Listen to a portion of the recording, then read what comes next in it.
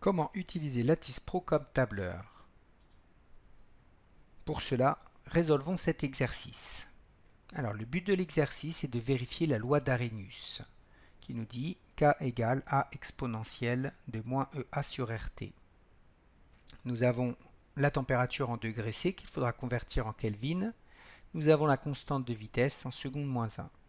Donc il est intéressant, avant d'utiliser le tableur, de voir que pour résoudre l'exercice, on va linéariser cette expression en passant au log. Donc le log de K devient log de A moins EA sur R fois 1 sur T. Donc où A est le facteur de fréquence et EA l'énergie d'activation que l'on devra déterminer. On voit ici qu'il suffirait de représenter log de K égale F de 1 sur T pour avoir donc A le facteur de fréquence et EA l'énergie d'activation. Première chose à faire, on va rentrer ce tableau de valeurs sur Lattice Pro. Donc retournons sur Lattice Pro, on cherche le tableur, donc on va aller ici, Spreadsheet, je clique dessus, et il va falloir rentrer les variables, puis rentrer les valeurs numériques. Donc je vais cliquer sur Variable, New, nouvelle variable. La première variable sera la température, que je vais appeler θ, l'unité, degré C, et OK. Voilà la première variable. Ensuite, on va créer une deuxième variable qui sera K, la constante de vitesse. Et donc seconde moins 1, je n'ai pas d'unité par défaut, donc je vais rentrer K comme ça. Ensuite, allons-y, mais on va compléter le tableau de valeurs. Donc je vais aller chercher les valeurs. 150, 160.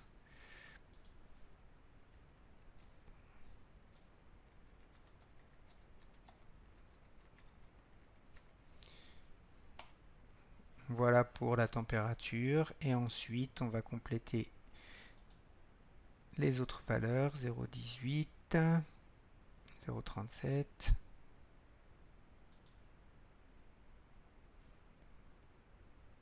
Voilà, et 2, 3. Ça y est. Donc j'ai mes deux grandeurs. Alors nous avons vu que pour vérifier l'expression, la loi d'Arrhenius, on a besoin du log de K et on a besoin de 1 sur T où T est en Kelvin. Donc on va voir comment faire des opérations. On va créer donc une variable. Alors on va faire une nouvelle variable. Variable new. On va l'appeler T.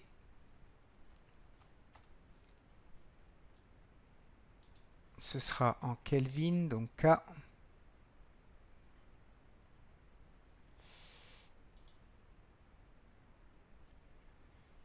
OK.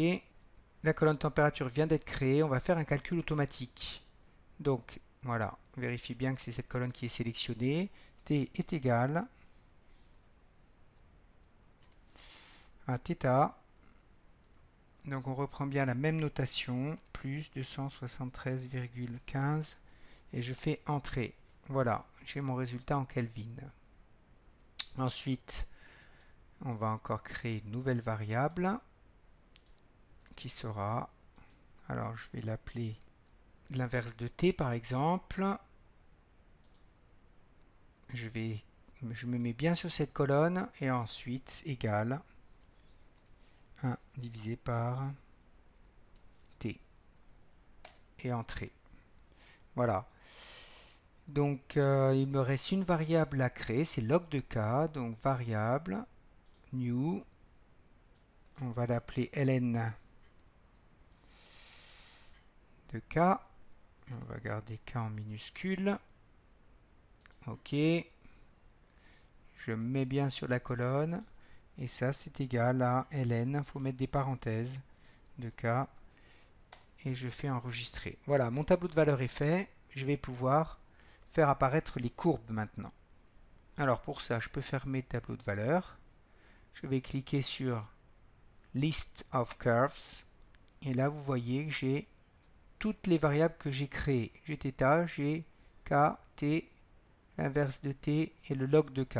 Donc ce que je veux, si je regarde mon exercice, ici faire apparaître, c'est log de k en fonction de 1 sur t. Je devrais avoir une droite de pente négative.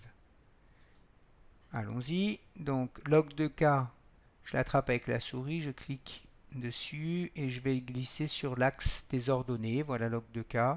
En fonction de l'inverse de 1 sur t, je fais la même chose avec l'inverse de t. Je l'attrape et je vais les glisser sur l'axe des abscisses. Donc voilà ce que j'obtiens. On voit ici que j'ai un point aberrant, donc j'ai dû mal saisir dans mon tableau. Je vais retourner sur le tableau et je vais aller chercher quelle est cette valeur. Donc ici, effectivement, là, j'ai une valeur qui a été mal saisie, donc je vais la changer, la modifier. Et je vais rentrer, donc c'était 0,71. Je rentre ça et c'est parfait. Donc voilà, vous pouvez revenir quand vous avez des points aberrants sur le tableau pour modifier l'erreur qui a été faite. Maintenant, je vais cliquer droit sur le graphique et je vais cliquer sur calibration. Voilà, ça ajuste l'échelle pour que j'ai ma droite plein écran.